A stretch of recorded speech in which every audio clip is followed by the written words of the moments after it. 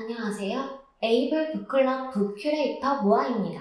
저는 앞으로 좋은 책을 선별하여 여러분께 소개시켜드릴 예정인데요. 여러분이 책을 가까이 하는 데 있어 제 영상이 조금이나마 도움이 되셨으면 좋겠습니다. 여러분은 별을 좋아하시나요? 최근에는 여러 가지 요인으로 별을 보기가 힘들어졌는데요. 더군다나 현대사회에서는 바쁜 일상이지요. 하늘을 볼 시간 여유도 없는 사람들이 많아졌습니다. 여러분의 삶은 어떠신가요? 저는 별이라고 하면 집 한 채 크기의 작은 공간에서 장미꽃을 키우고 화산을 청소하는 어린 왕자의 모습이 떠오르는데요. 어린 왕자는 초등학생 필독서이자 성인 필독서로 많은 사랑을 받는 중입니다. 만약 지금 여러분의 삶을 하나의 별로 가정한다면 어린 왕자가 여러분의 별을 마음에 들어할 것 같나요? 오늘 에이블 북클럽에서 소개할 첫 번째 책은 앙투안 드 생텍쥐페리의 어린 왕자입니다. 귀족 출신인 생텍쥐페리는 군대에 입대하여 비행기 수리를 맡으며 개인 교습을 받아 조종사 자격증을 취득합니다. 이어 민간항공사에 취직 후 난방 우편기, 야간 비행 등을 집필하여 작가로서의 인정도 받게 되죠. 그렇다고 그의 인생이 마냥 평탄하기만 한 것은 아니었는데요. 1923년에는 약혼녀의 반대로 직업군인을 포기했지만 파혼당하고 1931년에 결혼한 아내는 생텍쥐페리 집안에서 며느리로 인정받지 못했습니다.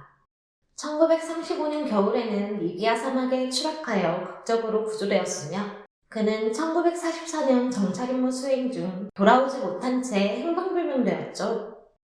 어린 왕자는 생텍쥐페리가 죽기 1년 전인 1943년 세상에 나왔는데요.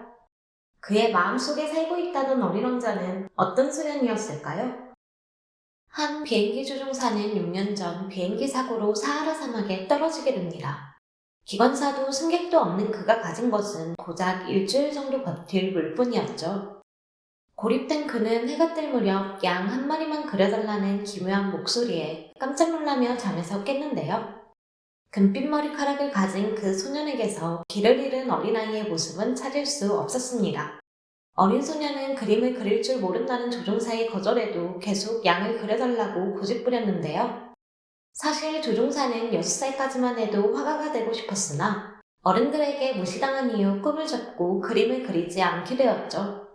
하지만 어린 왕자가 코끼리를 삼킨 보아구렁이 그림을 설명 없이 알아보자 결국 상자에 담긴 양을 그려줍니다. 어린 왕자는 물어보기에만 소질이 있어 조종사가 그를 알기까지는 꽤 오랜 시간이 걸렸는데요.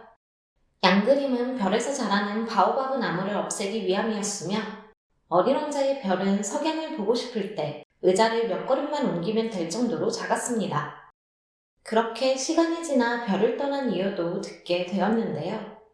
어린 왕자는 허영심 많은 꽃 한 송이의 괴롭힘을 이기지 못하고 자기 별에서 도망쳤습니다.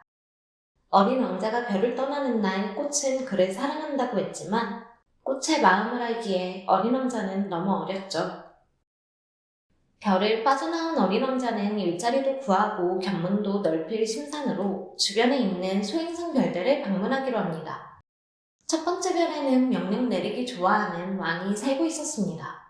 그는 사람이 존재하지 않는 그 별에서 자신의 권위를 존중받고 싶어 했죠. 어린 왕자는 왕이 자신을 법무대 신으로 임명하면서까지 옆에 두려고 하자 어른들은 정말 이상하다고 생각하며 첫 번째 별을 떠났습니다. 두 번째 별에는 허영심에 빠진 사람이 살고 있었는데요. 이상한 모자를 쓴 그는 어린 왕자에게 숭배를 강요하며 자신을 기쁘게 해달라고 말했습니다. 어린 왕자는 그의 태도에 이번에도 어른들은 아무리 봐도 이상하다며 별을 떠났죠. 세 번째 별에 사는 술꾼도 이상하기는 매한가지였습니다. 그는 술 마시는 자신이 부끄러워 그 사실을 잊기 위해 술을 마신다고 대답했는데요. 어린 왕자는 그의 말에 어른들은 너무너무 이상하다고 생각하며 별을 떠났습니다.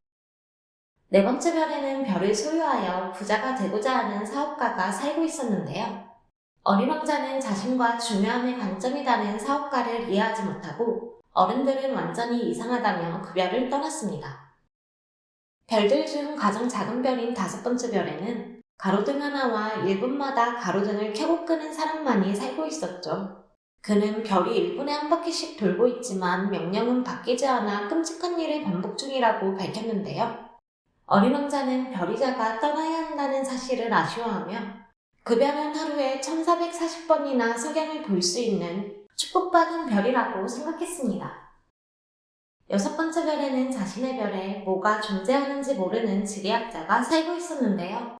어린 왕자는 꽃이 덧없어서 적지 않는다는 그의 말에 처음으로 꽃을 두고 온 사실을 후회합니다. 그래도 다시 용기를 낸 어린 왕자는 지리학자의 추천으로 지구에 도착하게 되었죠. 어린 왕자가 처음으로 만난 것은 뱀이었습니다. 뱀은 어린 왕자의 순진함에 그를 가엾게 생각하며 별에 돌아가고 싶다면 언제든 도와주겠다고 약속했죠.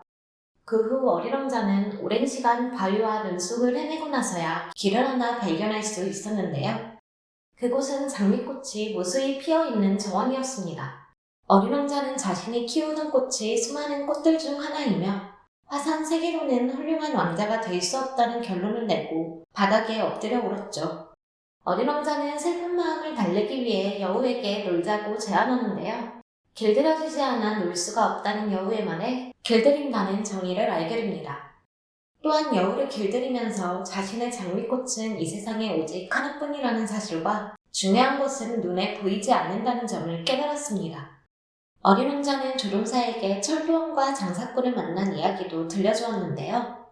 남은 물을 다 마신 조종사는 친구 여우에 대해 이어 말하려는 어린 왕자의 입을 막고 센터를 향해 걸어갔으면 좋겠다고 합니다.